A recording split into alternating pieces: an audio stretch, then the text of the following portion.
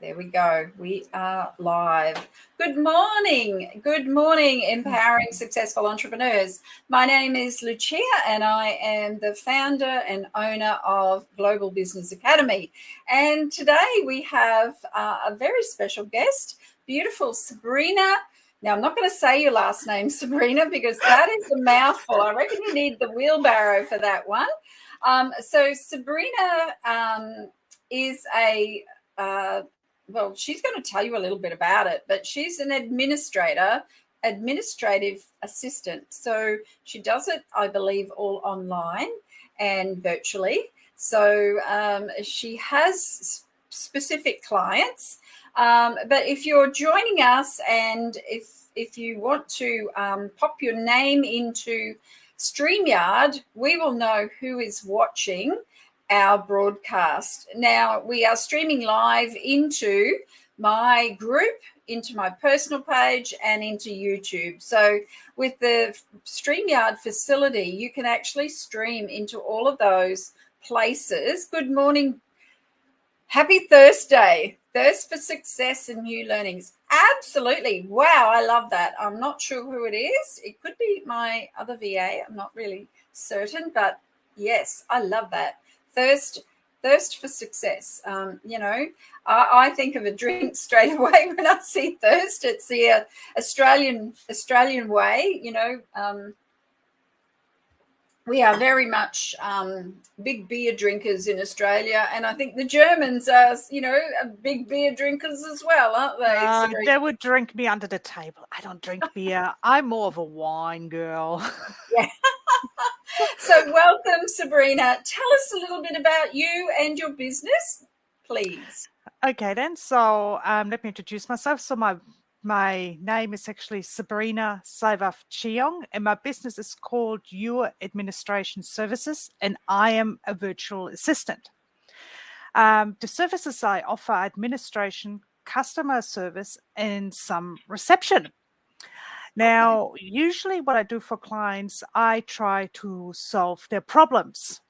That could be anything to looking after their inbox, to looking after the CRM system, scheduling appointments, or managing their calendars. Now, I have been in business for 2 years. And so this month marks my 2-year anniversary, and I'm quite excited about that. Yeah, good on you. Well done. Yeah. So can I ask, now this is a question, was it the pandemic that led you to this business? Was it, during those pandemic times that many people went virtual? Hello, Facebook users. We've got a few. Hey, V, how are you? We've got a few Facebook users there. If you want to pop your name down, we'll know who you are. But was it the pandemic that led you to the virtual business, or was it something else? It was a bit of a mixed bag, really. I was working for the same company for almost 15 years. Wow. And look, I needed more of a work-life balance at the time. Also more so because my son was starting school, and at the time I didn't hear about the VA world. All I knew is I wanted to work for several different clients and helping them in their administration. Right. And it was actually from my hairdresser who goes, you mean a virtual assistant? And I'm like, is that what it's called? Fantastic. Yeah. So, so I looked it up, and within 2 days, I resigned from my job and took the plunge, basically. So, Wow. So here I am, and now I've got the flexibility and the work-life balance that I really craved at the time. Yeah. So you have the opportunity to, I guess, be at home with your young family. Yes. I love that you help a lot of clients maintain their CRMs. This is something that many of us find a difficult thing to do, because we don't always keep it tidy, and it also says that you follow up on new leads from events. So you're talking expos, events, face-to-face events. Is that right? Where these particular people have been. Good morning. Good morning, everyone. Pop your name in the chat, and we can acknowledge who you are. We can't actually see who you are at this stage. So, for one of the clients, what I actually do is I follow up on some of their leads if they haven't attended some regular events of ours, and I just touch base with them just to see if they are interested coming back or what's holding them back, and just making notes about that, so that way the main person will say, all right, we will just keep them on file for the moment and touch base with them again maybe in another month or 2 months again. Okay. So you're actually doing the follow-up and, the notations, I guess, in the notes. So in this, and it's all done through the CRM system pretty much. So, and if there is any details that's missing or needs to be updated, that's what I do, and I love it. Other people might go, oh, that sounds so tedious. It's my jam. I love it. Yeah. And you kind of get to know the person too, don't you? You know, when you're writing those notes in there, you can kind of see where that person is in their journey, like particularly if you've got a business coach, or you've got a healing, a health coach, or a, someone that's in psychology, that type of thing, that, there's a process, so I see that you help a lot of chiropractors and speech therapists, etc. That would be an important thing for them to have those details when you have that conversation with the prospective client, I would imagine. Yes. So usually there's, if it's a brand new client, there is a process to follow of who they are, what's going on, put down all the relevant details, and go through all of the information of how the clinic runs and everything, what's the cost involved and all of that, and then basically just book them in. And every allied health professional that I work with, they've got their own way of doing things. System, a completely different system here and there, and just so you just got to be on top. All right, for client A, they want it done this way. Client B, they want it done this way. Client C doesn't even do what client A and B does. They might do it, I'm doing it this way. So yeah.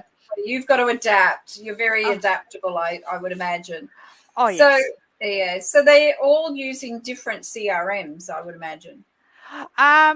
Only a couple of them are using differently. I mean, what I with the clients that I work for, Power Diary and Galaxy are the main go-to items.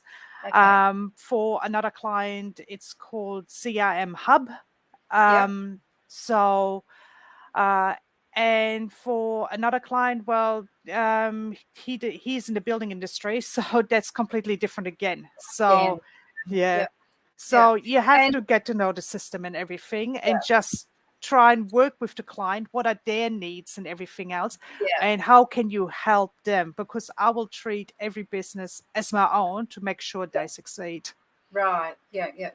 So tell me, with this, what challenges have you come across in establishing this business? Because I'm sure there's been some challenges. Learning a CRM is not easy. How a CRM sometimes works can be quite daunting in itself. So, are you that type of person that loves CRMs? Like you like to see how the nuts and bolts work? I do. I do a lot of, if I don't know the CRM, I'm being very transparent and telling, listen, I don't know your particular system, but I'm willing to learn. And what I find is with most CRM systems or booking systems, they follow pretty much almost a very similar process to everything else. So if you know one, it's just that you need to look at, all right, they've got this particular part actually in this part here. So you just got to know how the system runs. And what I do is I take it on myself to look at a lot of YouTube videos or Google and research. It's my best friend on how to do right? Yes. And so I just learn from there. And if I got questions, I contact the main provider and just tell them, all right, how does this actually work? How do you process this? I mean, one of the biggest challenge was that I had one client not very computer savvy at all and was doing everything let's just call it the old-fashioned way, paper trail. So it wasn't just me I had to train this particular client as well. And now he's like, oh my God, Sabrina, this has been absolutely fantastic. I love the way it all works. So yes. What I call the old-fashioned style, I picked it up from an old coach years ago, was Flintstone style. They still do it Flintstone style. It's like, that's pretty right, Flintstone style. So it's quite interesting when you come across, there is many people out there still that are running their businesses Flintstone style and basically paper Jurassic and Flintstone style. Yes, Reg. And it is quite challenging then I was just talking to a bookkeeper today and yesterday, and I said, oh yeah, I've got my bookkeeping. Here it is, and it's in a journal. And I said, income expenses. She said, maybe we could get, 0 or something like that and integrate it. And I'm like, oh, okay, rightio, okay. So even I'm in technology every day. When it comes to some tasks, you have to get over, the mindset block. There is, those blockages there that stop you from achieving what you want. So I guess when you started, you schedule appointments. Is there a particular process there? When you schedule appointments, there is. I mean, first of all, you've got to make sure that the client has filled in all the relevant details, like the intake forms, and as well as all the other little nuts and bolts, like the privacy statements and whatever else comes along with the actual clinic. And you got to also make sure that all the paperwork is handed in as well. Until I get all the relevant paperwork for one client, I can't book them in. So I have to wait for the actual client to fill in all the paperwork. And usually most of them are pretty good, actually, because I will tell them, look, it's all self-automated. So all you have to do is click on the link. It'll open up. There's no printing off. You just do it all on the computer, fill it in, and I will get an automated message saying it's been filled in. Yep. And as soon as you send me through whatever it is that you have from your doctor, I will give you a call and schedule you in, And what I will do then is make sure that everything is set up for that particular client's profile regarding payments, regarding what type of client, are they private, are they Medicare based, or whatever the needs basically may be. So there is a bit of admin involved, but my clients, they actually love it because it's one thing they don't have to think about. They just need to focus on their clients and their needs, and I just do all the background work for them. And talking about outsourcing is such an important part of your business because as you say, most of these people are health professionals that you work with. They've got skills in that area, real skills in that area. It's a bit like a business coach. Got a skill in that area. You're not an administrator. You're not a bookkeeper. You need to outsource those tasks to the people that are really, really good at it. And that's where you come in, and, our VAs as well. So I'm just looking at my questions. Is there anything in, you podcast or do you read any particular books currently? Do you only read what is it? Oh, yeah. What do you read, or are you reading currently? Because it's a little bit different with you, right? You're talking about the virtual assistant, so it's a little different. Look, when you talk about reading, I mean, I like to read my fantasy novels. So, Okay. yeah, so that's for me. It's my way of relaxing, sitting in a hammock and just doing that. Plus, also, I like to read about self-help books as well. Okay. Yeah. Yeah. Yeah. Yeah. And that is more to do with how to keep yourself happy. What can you do to make yourself, Yeah. how to look after yourself, basically self-care, all that sort of Yeah. stuff. That's what I'm Yeah. interested in.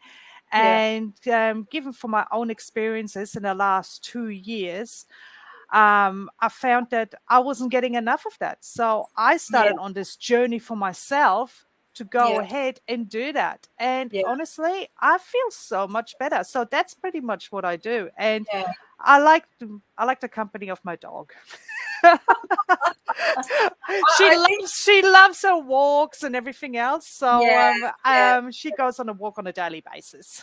Yeah. And you mentioned personal development. I think personal development as a business owner is one of the key um, uh, outcomes that we actually get as business owners when we decide that we're going to be in business. I think, I'm sorry, I've just got my daughter's support worker here. I won't be 1 minute. Hi, Chrissy, I won't be long. No, I'm here. Okay, hello. We've just got a new support person for Natalie, who is my eldest, well, my middle daughter, and she has a disability. So we've changed the support company, and we've had a lot of changes. So but today's another day where we've got lots of changes and lots of challenges. So been a bit of a disruptive time for her. So mindset, when we come back to mindset, because I think, as a business owner, which you are, you're working very much by yourself. So you do need to look at your personal journey, of self-care, of what you say to yourself when you face challenges. So how do you work through those? Do you have a group of women that you connect with? Because you're in our empowering successful entrepreneurs group. That's how we met you. How do you do you have, do you go to networking events? Do you do things like that? I do go to regular networking events Mhm. online. So Okay. that's Be Connected World, and I highly enjoy that. What I also do is I regularly catch up with friends, especially on Saturday walks. Yep. So that is part of our self-care, because every mom or every lady that I know, they need to look after themselves. Yeah, I agree. And there's just simply not enough out there, I found. So just getting together, having a yarn, talking about anything really, just to Yeah. get stuff off your chest. And, we all feel better after that. Yeah. And that's what I do once a week. I catch up with a friend, we go for a walk. I also talk to a couple of regular people almost every second night on the phone, or they call me just to touch base. And that's something that we learned during COVID, just to, look out for each other a little bit more, because there was just so much going on at the time. And one thing I do try and do once a month, go out, whether it's into the city, whether it's going to a park, and just chill. Just go and do something for yourself. And in Melbourne, there's always plenty to do. So there's that's for sure. Beautiful. So yes. So that's what you do as far as self-care and looking after you. And I guess the question, I guess, is how do you get those clients? Is it from those networking events, or is it in the virtual forums that you join? How do you, a little bit of a mixed bag. Yeah. One of my clients was actually, we used to work together. Okay. So that was a bit of an easy catch. Yeah. Another one was word of mouth. So Referrals. telling my friends, listen, this is what I do, and this is before I started even networking. So this particular client came to me from one of my friends. Mm-hmm. And another one is being also part of the VA Institute of Australia and everything, and looking at their job leads, and that's how I got Some of the others. Yes, but it's always trying to be active as possible on the social media platform, to put your name out there and to tell people, this is what I do, this is how I can help you. I'm a problem solver, so let me try and see if we're a good fit, and let's see how I can support your business so you get the most out of it, so you don't have to stress at the end of the day. Yeah, beautiful. Yeah. There's a lot can be said for outsourcing. I have to admit, I absolutely love it, and I'm so blessed to have the VAs in our business. So, do you have a short-term and long-term goal for the business itself? Like, what is Sabrina's short-term and long-term goal for her? Her path in this. So my short-term goal in my business is to always learn new things, to grow, and making sure that my clients are happy with the services I provide, and how I can always help them grow their business to have it more successful. As for long-term goal, eventually I would like to have a team of VAs under me, so I can outsource if once I'm at capacity and everything, and so that I can just be more successful in what I actually do. That's amazing. Yeah, that's wonderful, Sabrina. And we've got the gorgeous Tony Bow on at the moment, and she is in Melbourne as well. She actually she has a business called Tony. You might want to remind me. I can't remember the business name. But Tony and I have a passion for shoes. So I have a passion for shoes. Although now, currently, I kind of wear not thongs, but just slides, like anything that I can slide my feet into, that's me. And in winter, it's Ugg boots. So, And you are based in the Dandenong Ranges. I spoke to you a little bit before. So anyone that is interested in having a chat with you, they can connect with Sabrina here. We'll put a link in the chat, and you can have a conversation with. Yeah, right. So Sabrina, you and Tony don't live too far from each other. So nice. Yeah. So maybe you can connect. There you go. Tony's a lovely lady. She has been in business. She began a Facebook group for people that are in retail. And during the pandemic, when everything was closed, Tony was Mount Waverley. She's in Mount Waverley. So that's not far at all. So she actually encouraged businesses to use her live shopping tours. So to use her platform so that they could promote their products, so they didn't go to the wall, basically. So it was an amazing service, and it still is an amazing service, because who here doesn't like shopping online? I have to say, I'm a bit of an online shopper. So thank you so much, Sabrina. You said that you love your dog, your buddy, you go for a walk. But do you have any other hobbies? Like, do you have any other hobbies at all? Hobbies wise, now hiking hiking is my absolute jam. I like to go for long hikes, but I also like a little bit of dog training on the side. I do that with my dog, so making sure, so it's slightly different. But I just besides hobbies wise, that's all I really like to do, just hiking and reading my books. I love my novels, it's takes me away to a fantasy world that doesn't exist, and it's like, yes, here we go. I must admit, I like fantasy novels too. Pardon me, there's an Australian writer, her name is Juliet Marler, and she does a lot of the Vikings and what is it over in the British Isles? Yeah.